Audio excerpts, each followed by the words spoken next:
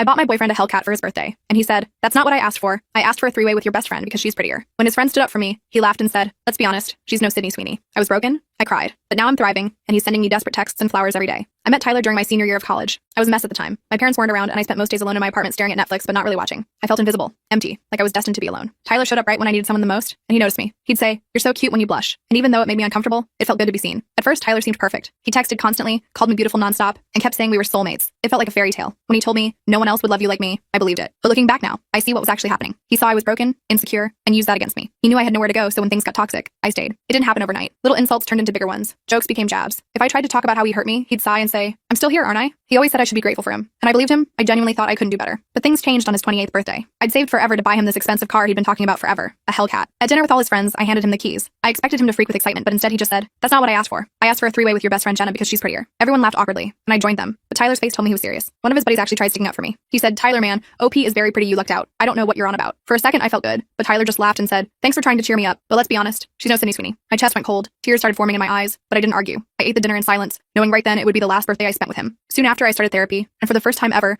someone told me I deserved to be treated with kindness. That changed everything. It also ignited something in me, a desire for revenge. Revenge for the broken girl Tyler wrapped around his finger. And so I quietly started taking notes about him. Like when we took a weekend trip and he begged me to let him hook up with Jenna, saying, "What happened to girls supporting girls?" I noted it. When I finally talked to her about it, she shocked me. She broke down and confessed that Tyler made passes at her multiple times, and it turns out she wasn't the only one. The more we asked around, the more we heard disturbing stories about Tyler. Girls he'd tried to pressure back in college, friendships he'd ruined behind everyone's back. But I said nothing yet. I stayed quiet, biding my time. And part of that bidding was making Tyler's dream come true. One thing about Tyler is he loved being center of attention. His birthday was coming up, and a few months before it, he told me I had to plan a rooftop celebration for him, complete with catered food and expensive champagne. I remember smiling, nodding like a perfect girlfriend, and saying yes. As expected, he was thrilled. But what he didn't know is that he was about to learn one of life's lessons. Be careful what you wish for. On the day, over 70 people showed up. Family, friends, coworkers, exes he insisted were just friends. He even told them all he organized the party himself, and I just let him bask in it, at least until the toast. I stood next to Tyler for it, smiling wide as I could. "I have a surprise for everyone," I announced. "The surprise is under you." I gestured to these black gift bags placed under every seat. "Go ahead and open them." Everyone laughed, thinking it was some cute party favor. But the laughs faded pretty fast, because inside each bag was a printed document titled, "Things Tyler Says When He Thinks No One's Listening." Each page held stories,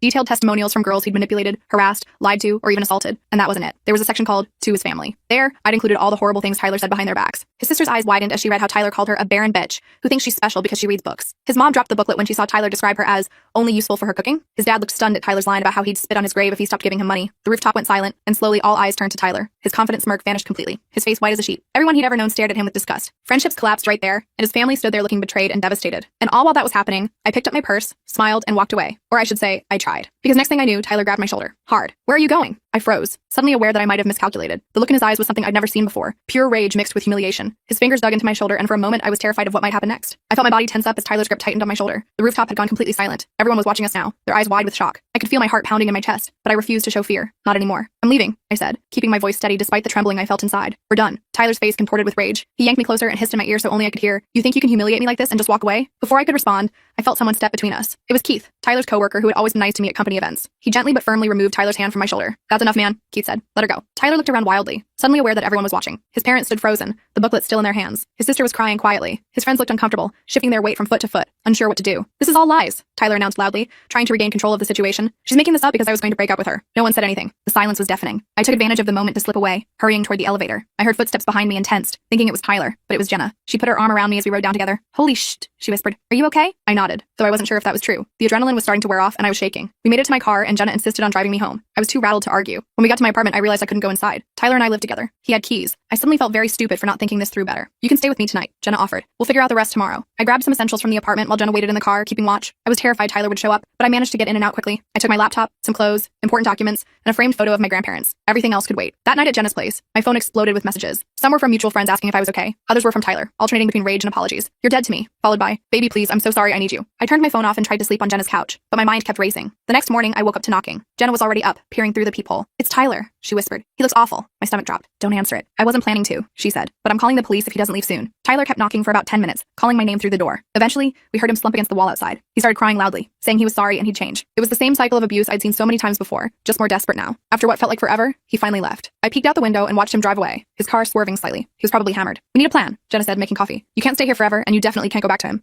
I nodded, feeling overwhelmed. I need to get my stuff from the apartment and find a new place to live and probably get a restraining order. Jenna's boyfriend Marcus came over later that day to help us strategize. He worked in real estate and said he knew of a small studio apartment that was available immediately. It wasn't fancy, but it was in a secure building with a doorman. The rent was more than I wanted to pay, but I needed safety more than savings right now. I'll go with you to get your things, Marcus offered. Tyler won't try anything if I'm there. I wasn't so sure about that, but I appreciated the offer. We decided to go the next day during work hours when Tyler would likely be at his dad's construction company. That night, I got a call from Tyler's sister Rachel. I almost didn't answer, but curiosity got the better of me. I just wanted to say I believe you, she said when I picked up. Tyler's always been difficult, but I never knew how bad it was with you. I'm sorry. I thanked her, surprised by the support. She told me Tyler had shown up at their parents' house after the party, hammered and raging. His dad had refused to let him in, telling him to come back when he was sober. It was the first time anyone in his family had stood up to him. The next day, Marcus, Jenna, and I went to my apartment to get my things. I was nervous the whole drive over, scanning every car we passed for Tyler's black Audi.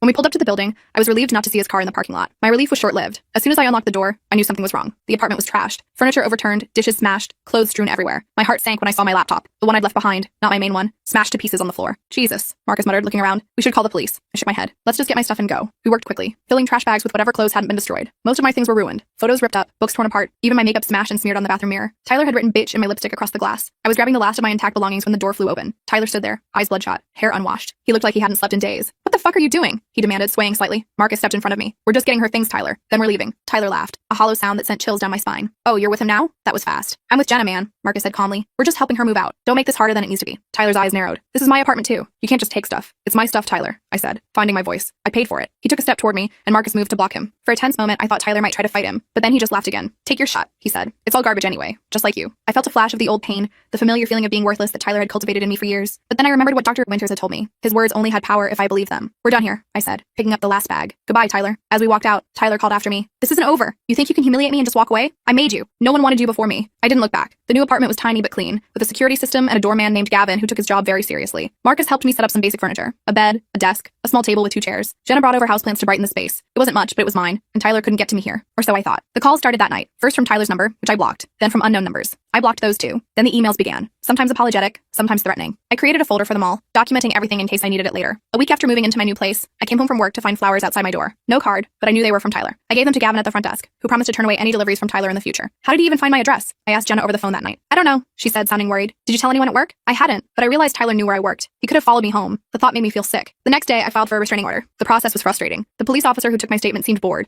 like he'd heard it all before. Has he physically hurt you? He asked, barely looking up from his computer. He grabbed me hard enough to leave bruises, I said, showing him the fading marks on my shoulder. And he destroyed all my belongings. The officer nodded, typing slowly. That's destruction of property, but it's a shared residence, so it gets complicated. And the grabbing. Well, without witnesses. I felt my frustration rising. There were witnesses at the party, dozens of them. He sighed. Look, I'll file the report, but these things take time. In the meantime, document everything. Change your routines. Be aware of your surroundings. I left feeling defeated. The temporary restraining order would take at least a week to process, and even then, it was just a piece of paper. If Tyler wanted to hurt me, a court order wouldn't physically stop him. That weekend, I met up with Dr. Winters for an emergency session. I told her everything that had happened since the party. I'm proud of you for leaving, she said. That takes enormous courage, but I'm concerned about your safety. She helped me create a safety plan, changing my routes to work, varying my schedule, always letting someone know where I was. She also suggested I join a support group for survivors of domestic abuse, but he never hit me, I said, feeling like an imposter. Abuse isn't just physical, she reminded me. What you experienced was emotional and psychological abuse. It's just as damaging, sometimes more so. I went to my first support group meeting the following Tuesday. It was in a community center downtown, in a small room with uncomfortable chairs arranged in a circle. I almost turned around and left, but a woman named Virginia smiled at me from across the room, and somehow that gave me the courage to stay. Listening to other women's stories was eye-opening. Some had experienced physical violence, others psychological torture, many both. But the patterns were the same. Isolation, control, degradation. For the first time, I didn't feel crazy or oversensitive. What Tyler had done to me was real abuse, and I wasn't alone. After the meeting, Virginia introduced herself properly. She was older than me, maybe in her 50s,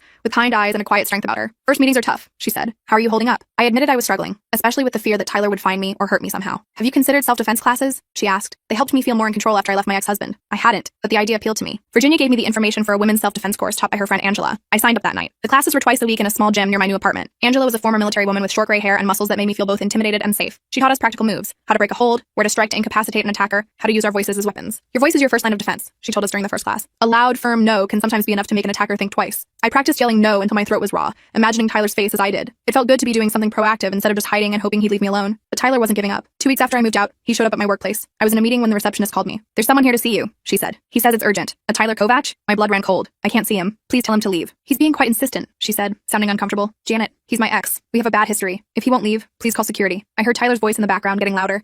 I just need 5 minutes. Tell her it's important. I hung up and texted my boss, explaining the situation briefly. He immediately called security, who escorted Tyler out. I watched from the window of our conference room as Tyler argued with the security guards in the parking lot, gesturing wildly. Eventually, he got in his car and sped away, tires squealing. My boss, Richard, was understanding. Take the rest of the day off, he said, and let me know if there's anything else we can do. I was grateful for his support, but embarrassed that my personal problems had spilled into my professional life. I updated my restraining order application with this new incident, hoping it would speed up the process. That night, I got a text from an unknown number. You can't hide from me forever. We need to talk. I didn't respond, just added added it to my documentation folder, but I couldn't sleep, jumping at every sound outside my window. The next morning, I was exhausted and jumpy. The restraining order was finally granted a few days later. I felt a small sense of relief when I got the official notice, but I knew it was just a piece of paper. Tyler had already shown he didn't respect boundaries. I was right to be concerned. The very next day after the restraining order was served, I came home to find my apartment door slightly ajar. My heart raced as I backed away, calling Gavin from the hallway. "Did you let anyone up to my apartment today?" I asked when he answered. "No, ma'am," he said. "Is something wrong?" "My door is open. I think someone broke in." Gavin called the police while I waited in the lobby, shaking. When they arrived, 2 officers went up to check my apartment while I stayed with Gavin. "All clear," one of them reported when they came back down. "But someone definitely forced the lock. You might want to stay somewhere else tonight." I called Jenna, who immediately offered her couch again. The police took my statement, but without cameras in the hallway, there was no proof it was Tyler. They promised to drive by my building more frequently for the next few days,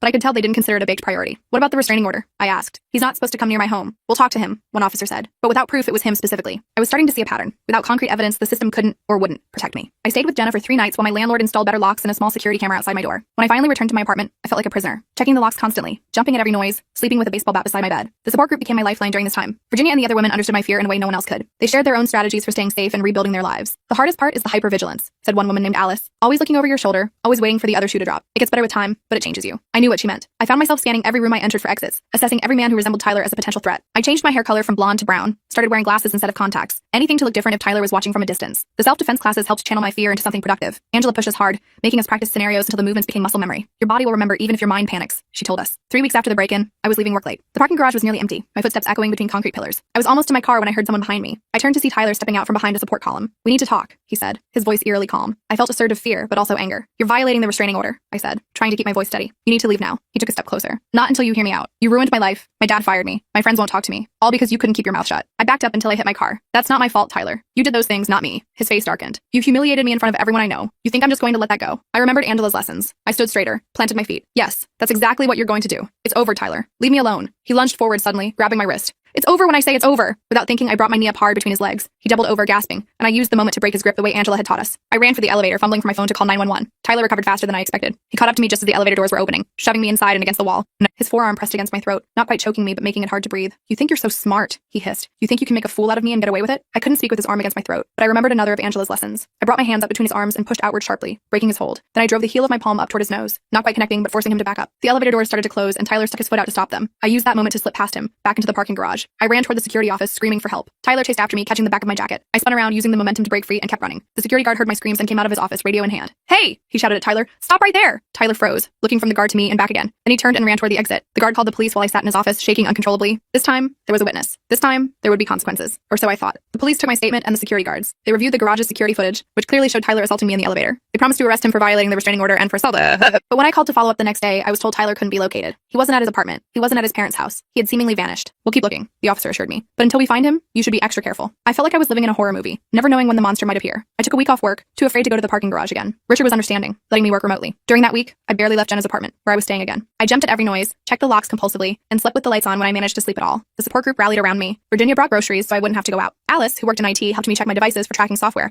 and showed me how to better secure my online accounts. Another woman from the group, Hayden, whose ex had stalked her forever, shared tips on varying routines and watching for surveillance. "The not knowing is the worst part," Hayden said. "But remember, you've already survived the hardest part, leaving him. You can survive this too." I tried to believe her, but the constant fear was wearing me down. Dr. Winters suggested medication to help with my anxiety and sleep, which I reluctantly accepted. The pills helped dull the edge of my panic, but I still felt like I was living on borrowed time. A week turned into 2, then 3. No sign of Tyler. The police seemed to lose interest, telling me they'd keep an eye out, but offering little concrete help. I slowly started resuming normal activities, going back to work, shopping for groceries, even meeting friends for coffee occasionally. Just when I started to think maybe it was really over, I got an email from an address I didn't recognize. The subject line was simply, "I'm not done with you." The email contained a photo of me, clearly taken that day, walking into my office building. I was wearing the blue dress I'd put on that morning, carrying the coffee I'd bought on the way to work. The message below the photo read, "I see you, always." I forwarded it to the police officer handling my case, but his response was frustratingly vague. "We'll look into it, but it's hard to prove who sent it. Keep documenting everything." That night, I barely slept. The next morning, I found another email waiting. This one had a photo of me at the coffee shop near my apartment from the previous weekend. I was sitting with Jenna, laughing at something. The angle suggested it was taken from outside, through the window. "He's been watching me for weeks," I told Dr. Winters during our session that day. "The police won't do anything until he actually hurts me, and by then it might be too late." She looked troubled. "This is stalking, plain and simple. The restraining order should cover this behavior." "Should, but doesn't seem to," I said bitterly. "Not unless they can catch him in the act." Dr. Winters helped me brainstorm options. I could move again, maybe to another city. I could try to get a more strongly worded restraining order. I could hire a private security guard, though I could barely afford my rent as it was. In the end, we decided on a 2-pronged approach. First, I would be even more vigilant about my safety, varying my routes, always being with someone when possible, carrying pepper spray. Second,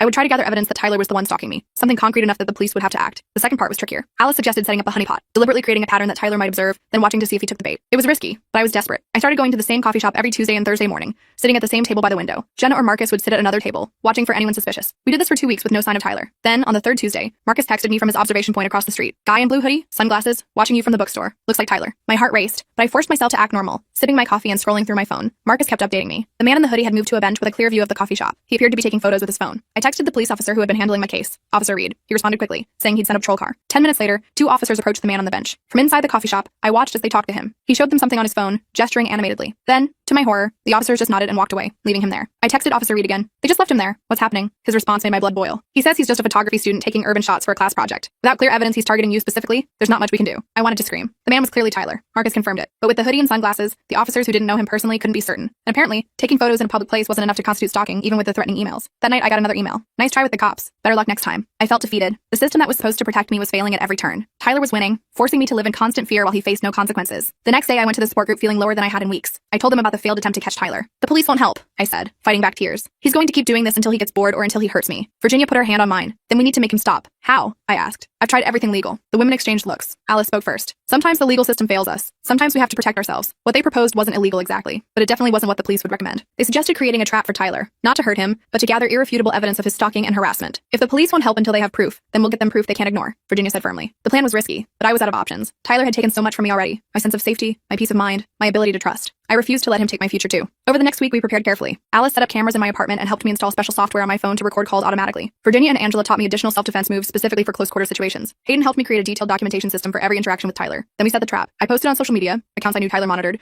that I would be attending a friend's gallery opening alone on Friday night. In reality, the gallery was a small empty retail space that Marcus had access to through his real estate connections. We set it up to look like an art show, with Virginia, Alice, and Hayden posing as attendees. The space had multiple exits and was fitted with hidden cameras.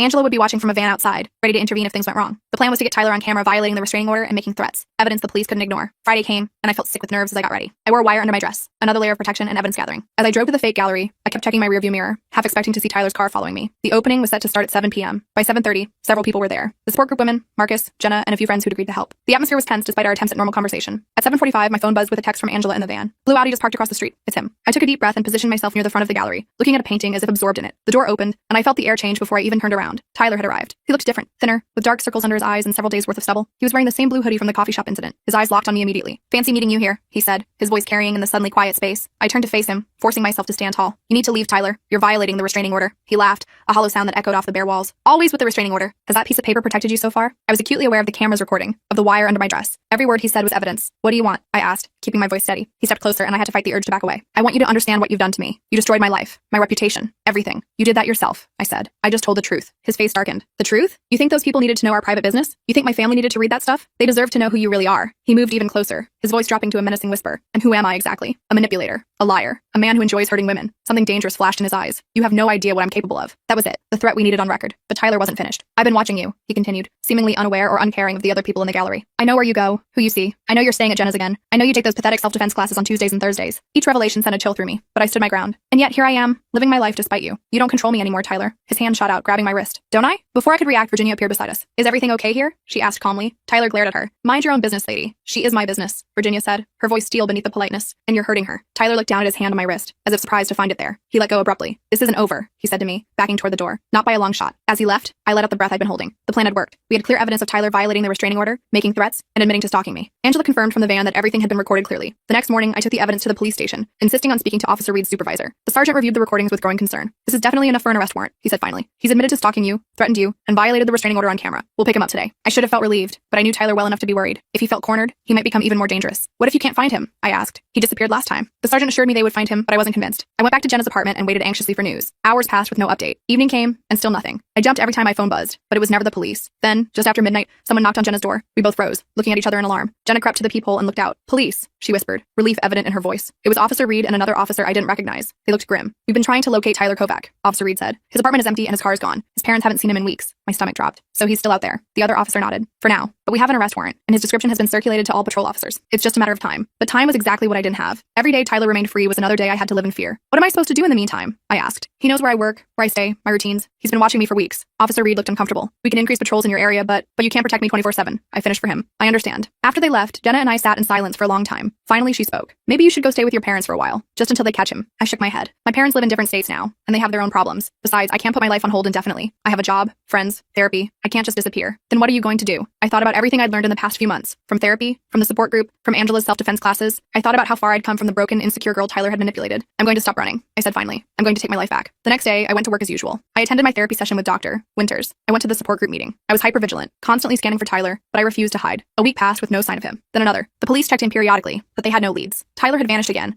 but the threat of his return hung over me like a shadow. I moved back to my apartment with new security measures in place. Alice helped me install better cameras and a more sophisticated alarm system. Angela gave me additional self-defense training. Virginia and Hayden took turns staying with me so I wouldn't be alone. Slowly, I started to reclaim my life. I changed my hair back to blonde, my natural color that Tyler had always criticized. I bought clothes he would have hated. I went out with friends, laughed loudly in public, took up space in the world. But I never let my guard down completely. I knew Tyler was still out there, watching, waiting. The question wasn't if he would return, but when. And when he did, I would be ready. The waiting was the worst part. Every day I woke up wondering if this would be the day Tyler would reappear. I'd check my security cameras first thing each morning, scan the street from my window, and take different routes to work. It was exhausting living like this, constantly looking over my shoulder. 3 weeks after the gallery trap, I was starting to feel almost normal again. The police still had no leads on Tyler's whereabouts, but I refused to put my life on hold any longer. I'd even started dating again. Nothing serious. Just coffee with a guy named Jordan from my building who'd asked me out after we kept running into each other in the laundry room. You seem jumpy, Jordan said during our second coffee date. We were sitting outside a cafe near our apartment building, enjoying the spring weather. I gave him the abbreviated version of the Tyler situation, watching his face carefully for his reaction. Some guys got weird when they heard about my crazy ex situation. That's seriously messed up, Jordan said, looking genuinely concerned. No wonder you're always checking over your shoulder. I appreciated his understanding, but I still wasn't ready to fully trust anyone new. Dr. Winters had warned me that healing would take time, especially when it came to relationships. The next day was Tuesday, which meant support group. I'd started looking forward to these meetings. The women there understood what I was going through in a way no one else could. Virginia had become something of a mentor to me, and I admired her strength after everything she'd been through. Any news about Tyler? Alice asked as we settled into our usual circle of uncomfortable chairs. I shook my head. Nothing. It's like he vanished. That's good, right? Hayden suggested. Maybe he finally moved on. Virginia looked skeptical. Men like that don't just move on. They retreat, regroup, and come back when you least expect it. Her words sent a chill through me, but I knew she was right. Tyler wasn't the type to admit defeat. After the meeting, I stopped at the grocery store on my way home. I was examining avocados when I felt someone watching me. I looked up, scanning the store, but didn't see anyone suspicious. Still, the feeling persisted as I finished my shopping and headed to the checkout. In the parking lot, I was extra vigilant, keys clutched between my fingers the way Angela had taught us. I loaded my groceries quickly and got into my car, locking the doors immediately. As I backed out of my space, I noticed a car at the far end of the lot, a blue Audi that looked just like Tyler's. My heart raced as I tried to get a better look,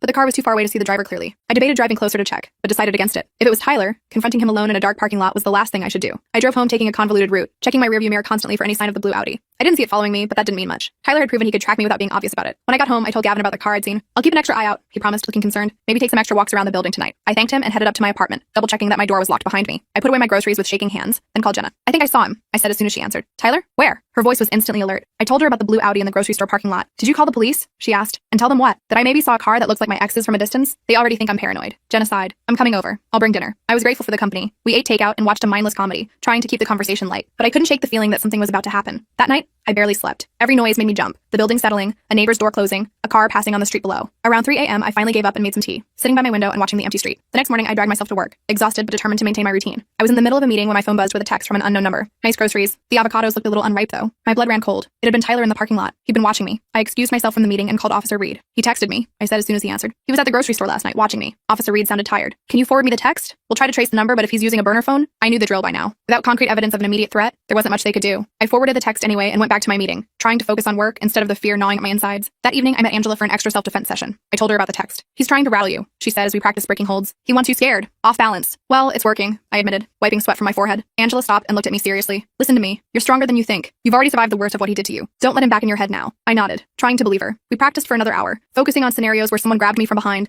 or cornered me in a confined space. By the end, I felt physically drained but mentally stronger. The next few days passed without incident. No more texts, no sightings of the blue Audi. I started to wonder if Tyler was just toying with me, popping up occasionally to remind me he was still out there. Then Friday came. I was working late, finishing a presentation for Monday. The office was nearly empty, just me and a couple of people from the IT department working on the other side of the building. Around 8 p.m., I decided to call it a night. The parking garage was dimly lit and eerily quiet. I walked quickly to my car, keys ready, constantly looking around. I was almost there when I heard footsteps behind me. I spun around, heart pounding, but saw no one. Hello? I called out, my voice echoing between concrete pillars. No answer. I hurried to my car, unlocked it with shaking hands, and got in, immediately locking the doors again. As I started the engine, my headlights illuminated a figure standing about 20 feet away. Tyler. He was thinner than before. His clothes rumpled like he'd been sleeping in them, but his eyes were the same, cold and calculating as he stared at me through the windshield. I put the car in reverse, ready to get out of there, but Tyler stepped forward holding up his phone. He typed something, and a second later my phone buzzed with a text. We need to talk. One conversation and I'll leave you alone forever. I knew better than to believe him, but I also knew he wouldn't stop until he got what he wanted. And right now, he was blocking my exit. I texted back, I'm calling the police. He responded immediately. Go ahead. I'll be gone before they arrive. Then you'll never know when I might show up again. He had a point. The police had been trying to find him for weeks with no success. If he disappeared again, I'd be back to dumping at shadows. I made a decision. I texted, fine. One conversation. In public. Tomorrow at noon. The coffee shop on Main Street. Tyler smiled as he read my text, then nodded and backed away, disappearing between parked cars. I sat there for a few minutes, breathing hard, before I felt safe enough to drive away. As soon as I got home, I called Virginia. He wants to meet, I told her. Tomorrow at noon. Absolutely not, she said immediately. It's too dangerous. I'll be in public in broad daylight, and I'm tired of living like this It's Virginia. Maybe if I hear him out, he'll finally leave me alone. Virginia was quiet for a moment. You're not going alone, she said finally. I'm coming with you, and so is Angela. I agreed, relieved to have backup. We made a plan. Virginia would sit at a nearby table pretending to read. Angela would be outside, watching through the window. Both would record everything. That night, I couldn't sleep again, my mind racing with all the things Tyler might say or do. Would he apologize? Threaten me? Try to convince me to take him back? None of the scenarios I imagined ended well. The next morning, I dressed carefully. Jeans and a sweater,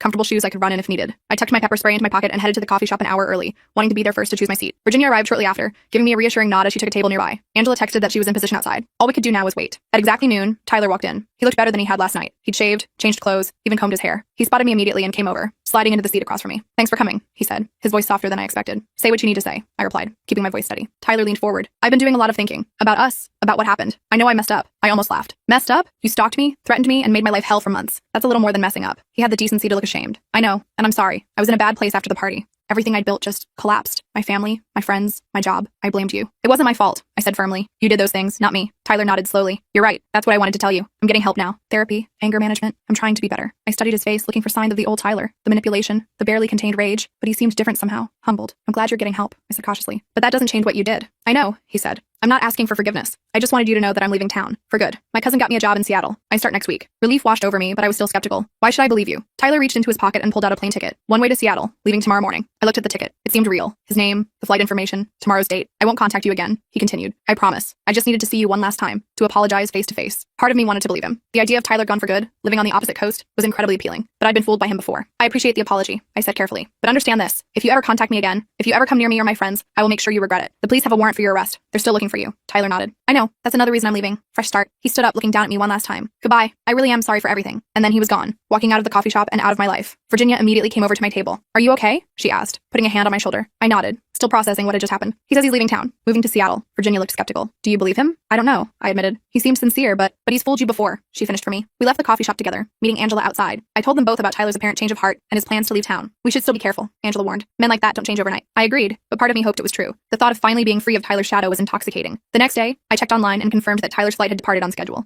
I allowed myself a small measure of hope. Maybe it really was over. A week passed with no sign of Tyler. Then another. I slowly started to relax, to believe that he might actually be gone for good. I stopped checking my security cameras obsessively. I went out with friends without constantly looking over my shoulder. I even went on another date with Jordan, actually enjoying myself this time. 1 month after our coffee shop meeting, I received a letter with a Seattle postmark. My hands trembled as I opened it, fearing what might be inside. But it was just a short note. I'm keeping my promise. I hope you're happy. Goodbye for real this time. T. Enclosed was a receipt for a year's worth of sessions with a therapist in Seattle. Proof he was really there, really trying to change. I showed the letter to Dr. Winters during our next session. Do you think people can change that dramatically? I asked her. She considered the question carefully. It's possible, with the right motivation and professional help. But whether Tyler has changed or not isn't really the point. The point is that you have. She was right. The person I was now, stronger, more confident, unwilling to accept mistreatment, was nothing like the broken girl Tyler had manipulated all those years ago. I had changed, and that was what mattered. 6 months later, there was still no sign of Tyler. The police eventually closed his case, though they kept the warrant active just in case. I moved to a new apartment, not out of fear, but because I wanted a fresh start in a place that had no memories of him. The support group remained an important part of my life, but now I was often the one offering advice to newcomers, sharing my story to help others find their strength. Virginia and I became close friends, meeting for coffee weekly outside of group. Angela convinced me to help her teach self-defense classes to college students. Sometimes I still catch myself scanning rooms for exits or checking my rearview mirror more than necessary. Old habits die hard, but those moments are becoming rarer. Most days, I don't think about Tyler at all. I don't know if he really changed, if he's still in Seattle, or if I'll ever hear from him again. But I do know this. I'm no longer afraid of him. Whatever happens, I can handle it. I survived Tyler at his worst. I survived the aftermath. And in the process, I found a strength I never knew I had. That's the thing about toxic relationships. They can break you down to nothing, make you forget who you are. But if you're lucky enough to escape, to find people who truly care about you, you can rebuild yourself into someone stronger than before. I'm not the same person Tyler met in that coffee shop years ago. I'm not even the same person who planned that rooftop revenge. I'm someone new, someone who knows her worth and won't settle for less than she deserves. And that, more than anything else, is my real victory.